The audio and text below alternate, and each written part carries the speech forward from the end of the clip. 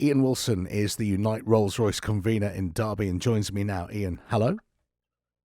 Hello, Steve. What's the feeling in the union right now? Has there been a shift from, say, a fortnight ago? Uh, not really. I think the numbers that have been given out yesterday were generally in line around what we thought were going to be. So for my own particular group, I represent the blue collar workers. It's around 700. That's mainly what we call direct workers, so people that are on the tools, etc. And then there is a proportion of the indirect that is applicable to us as well. So we're looking in Derby alone in excess of 700 jobs. That's like you said, Steve, earlier on. That's just this year. So we would expect some more into the not too distant future. Voluntary severance, obviously, is the avenue that's been opened up to all UK employees. It's a positive start. How do you feel?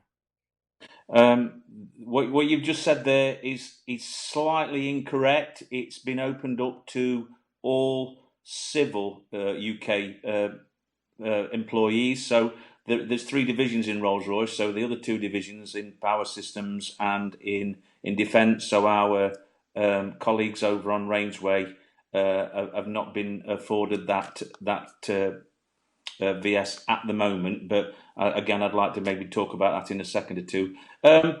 Yes, it's going to be obviously an option, and it's something that we wouldn't want to stop at this time, because obviously, if we can find ways for people to voluntarily leave to help the situation, it's not something that I particularly wanted to get down to. But if it will help the situation, which I think it will, to alleviate some of these numbers, that's all well and good.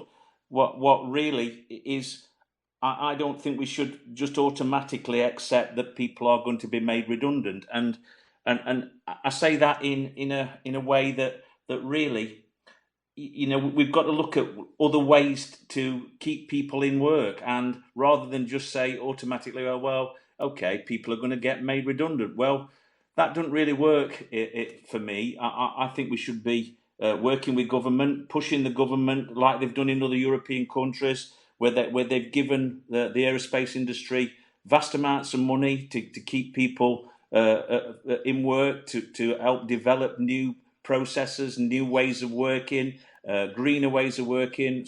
Something that Rolls-Royce have been advocating now for some considerable time.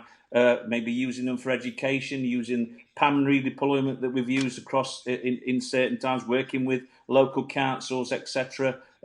We are trying to work, and we've got a lobby group going with our local MPs. We've had a meeting this morning to discuss possible ways that we can get the government to help and support our people. But can you understand? Can you understand, Ian, why a business geared towards providing goods to a market that has absolutely no idea what the future holds has to look at making savings?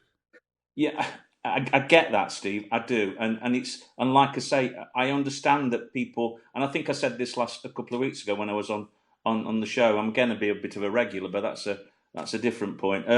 Yeah, I understand that, and I understand that the company have got to make reductions. But what I don't understand is that they have to do it right away. There is time to do this, and the government can help with that time by providing money to Rolls-Royce or to other aerospace companies that are in the financial situations that they're in, to find ways to save people's jobs, to look at other ways of working for the future. So that's what I'm saying. I understand that some people will want to be made redundant, or would want to leave, because it is a financial situation for them. They don't particularly want to be at work. Do you have any idea of the percentage of people who might be open to the idea of leaving early? In Derby, the demographics are probably towards the 50 plus mark. and there will be a number of people that would want to take voluntary severance. I accept all that, but our job is to make sure that wherever we can, we want to try and keep people in work, and that's what we should all be doing. That's what we should all be looking forward to. And I know unions get a bad press around, well, we're going to take the management on. Well, this isn't about that per se. This is making sure that the company try and do the right thing if they've got support from government and support from us to say, look, this is about saving jobs and creating jobs for the future. What about your members, Ian? What impact is this situation having on them? It's not very good, Steve. I would say we've got people's mental health. We've got mental health issues across the patch. People are ringing every day to find out what's happening, because as you know, we've got quite a sizable proportion of our members that are on furlough. It's very difficult, especially in our factories, for people to communicate with each other. We find ways on social media, for instance, or just telephone calls. I know the managers are in touch with some of our people, and we know that those conversations around the announcements yesterday, some of those conversations were done on the phone, which isn't the best way of doing it. And again, what we need to be doing is trying to find out better ways of doing that as well. So it's a whole raft of things, Steve. Ian, once again, thank you for joining me today. That's Ian Wilson, the Unite Rolls-Royce convener